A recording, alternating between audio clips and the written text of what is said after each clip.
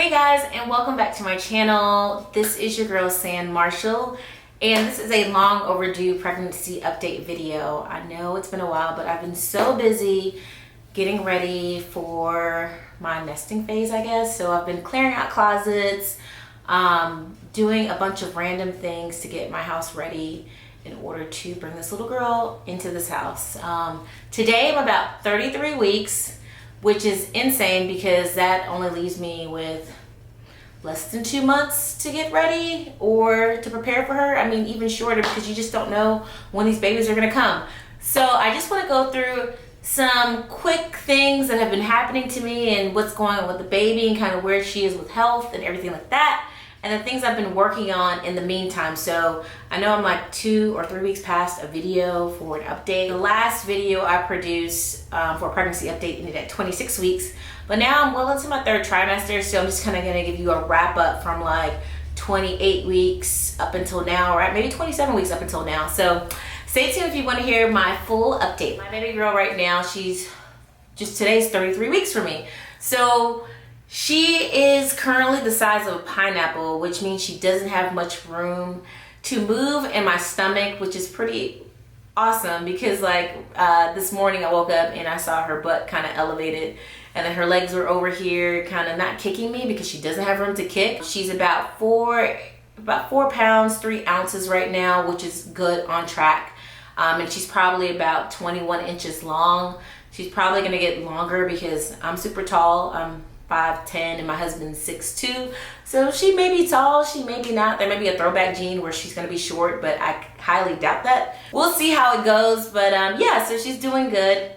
We did an ultrasound at 31 weeks and we got to see her, and right now she is pointed down, so she's in position, which is good. Hopefully she doesn't turn, because if she turns, then they would have to manually turn her in my stomach when I go into labor, and I kind of don't want that. I just want it to happen naturally. I'm feeling really good about this pregnancy and the health and the growth of my baby. So if anything does change, I will be sure to let you know. But that's it for the baby update. She's doing good. She's rocking and rolling right now. We're just trying to get ready for her. Make sure she has all the essentials that she needs to be comfortable when she gets here. Yeah, so as far as my update, so my pregnancy update has changed quite a bit.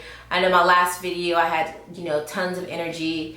Lately I have been a little sluggish because now I'm starting to do that waddle thing, which I was like, no, there's no way I'm gonna get that waddle thing. I'm really healthy, I work out and all that, and honey, let me tell you, I am waddling like nobody's business. I can't even put my shoes on. So it is different, totally different. So I'm loving it, I guess. I mean, you go ahead and waddle. I will waddle on until my due date. So yeah, my depth perception has definitely changed in my 3rd trimester. So I'm a bit of a clumsy person now. So when I eat, food's all on my shirt. When I drink, it's all over my shirt. I have to carry basically a Clorox pen in my purse to get out coffee stains or food stains on my clothes, because I'm just a hot mess right now. And it's all good because, I mean, it's all part of the process. A few other moms that,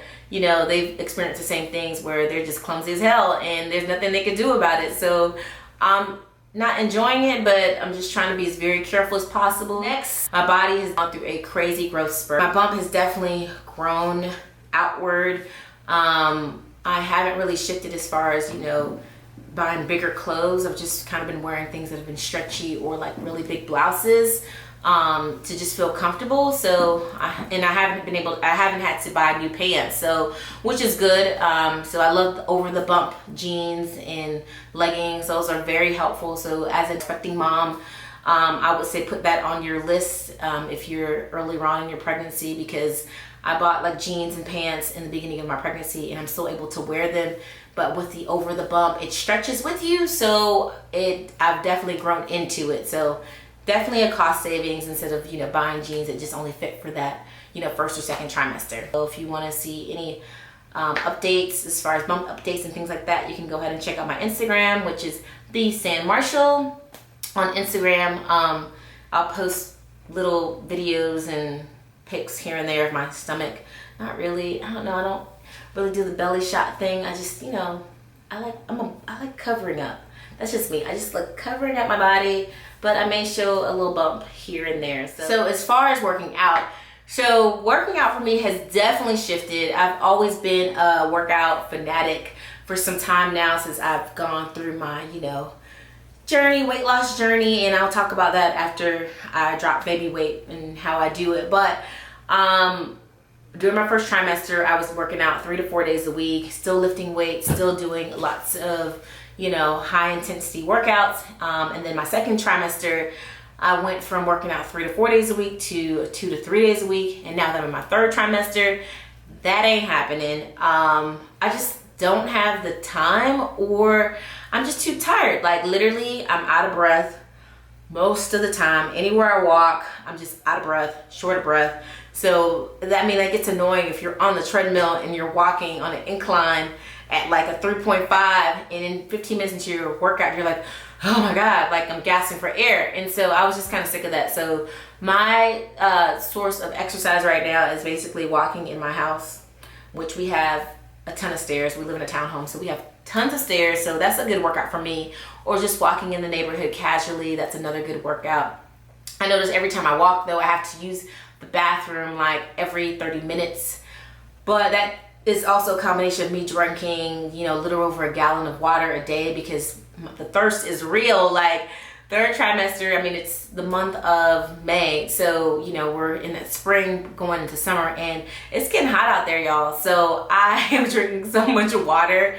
It's like ridiculous. Outside of too, the pressure of just having a human being in your body pressing against your bladder, like that's a whole nother thing. So every 30 minutes or so, I'm like at the bathroom. So yeah, so that's one big change from my second trimester to my third trimester. So body changes, I'm just Miss Jiggles right now, and it's good. I'm like really enjoying it, because now I can be comfortable, I can be relaxed, I can just enjoy this moment, and then my brain is gonna switch after this baby's born, and I'm gonna get back on my health kick and my health journey. So yes, so as far as body changes, yes, it's definitely changed. My stomach has gotten bigger, my arms, my face, like my body has kind of expanded a little bit, but it's still contained because I am tall. So I have a little bit more real estate than someone who's a little bit of a shorter frame, which is kind of a bonus. But other than that, it's been pretty good. I will say my eating regimen is not on par like it needs to be. I have been eating comfort food or whatever I want. So if I want fried chicken, if I want a piece of cake, I'm gonna go for it. I'm not gonna resist. So I've been doing that, but I have been sticking to, you know, eating a full breakfast, eating a full lunch, eating a full dinner, and then I'll snack in between. So I'll have like pineapples, celery, carrots. I love carrots. So I've been doing a lot of that. And then if I want a slice of cake with my salad at lunch, I will do it. It's okay. So I know a lot of you out there may be, you know, maybe fitness fanatics or just worried about weight gain. Don't worry about weight gain. Just kind of go through the moment. Just make sure that, you know, of course you pass your glucose test during pregnancy. Make sure your sugar is not high at all, which I did. Thank God. Passed my glucose test. So my sugar is not high. My iron is low, which my iron has kind of always been low. So I take iron supplements here and there. Well, not here and there. I take them daily, just not on the weekends because I forget, because it's not packed in my lunch bag, but whatever. So I make sure I take my iron supplements along with my prenatal supplements on a daily basis, just to make sure I have all the nutrients that I need outside of what I get from food. Another thing is, it's a baby update, but it's the business side of having a baby. So people don't really talk about this. I've watched a few videos here and there on YouTube, pregnancy update videos, and no one really talks about the business side of it. So, you know, of course you get pregnant and you start seeing a doctor, but they don't talk about, you know, hospital tours, making sure your insurance covers certain things during your pregnancy. The cost of having a baby, which your insurance may not cover all of it depending on what insurance you have. And if you don't have insurance, you know, what are some other avenues that you can take to go ahead and pay for your hospital and doctor's visits? So they don't talk about that stuff. So I'm going through the process of all of that, and much of it is wrapped up now, which is good. So definitely, I would say check with your doctor and your insurance company right when you get pregnant to make sure you're covered I'm pretty much covered, of course, through my job's insurance. Other thing too is when you're pregnant, you have to schedule a hospital tour. I mean, you don't have to schedule it, but I think it's nice to know kind of what to expect when you get to the hospital, because of course you may go to the emergency area to get dropped off when you go into labor, but some hospitals, they're not even gonna take a woman that's going into labor in the emergency section. You have to get dropped off in another area. So those are some things to think about. So me and my husband did the hospital tour recently, and it was definitely eye-opening. Kind of look at the rooms that we would be staying in, as far as the birthing room, postpartum room, where we would be sleeping, the day or 2 or 3 that we're in the hospital when she's here. So just a lot of those things. And then also, the tracking mechanisms that the hospital uses for your baby. So it's like an ID badge that your baby would wear on their arm and their leg.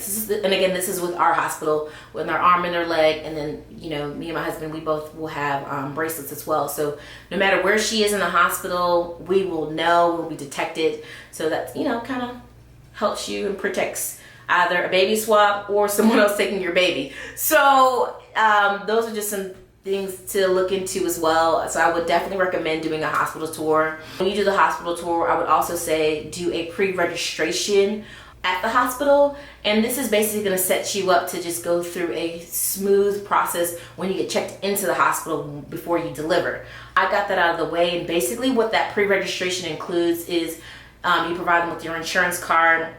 You fill out, of course, all of your personal information, who your doctor is, who your pediatrician is. If you don't know your pediatrician at that time, you can call a pediatrician maybe the day you go into labor to kind of set something up. Or, and I'll mention that after I go through this. Let me stop rambling.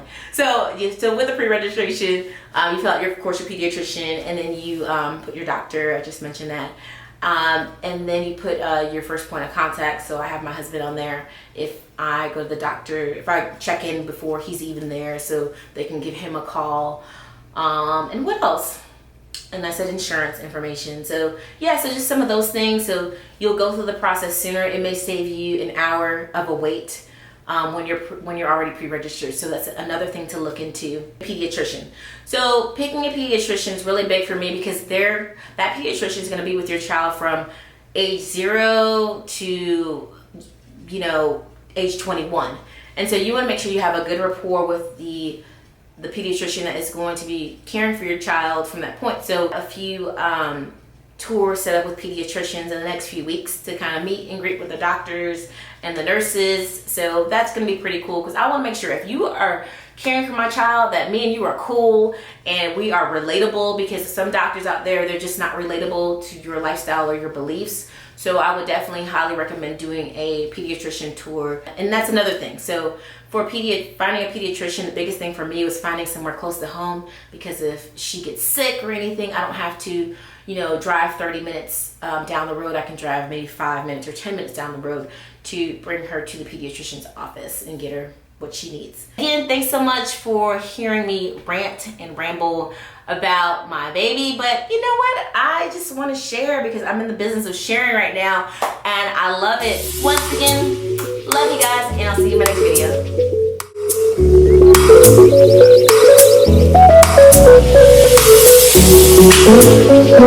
video.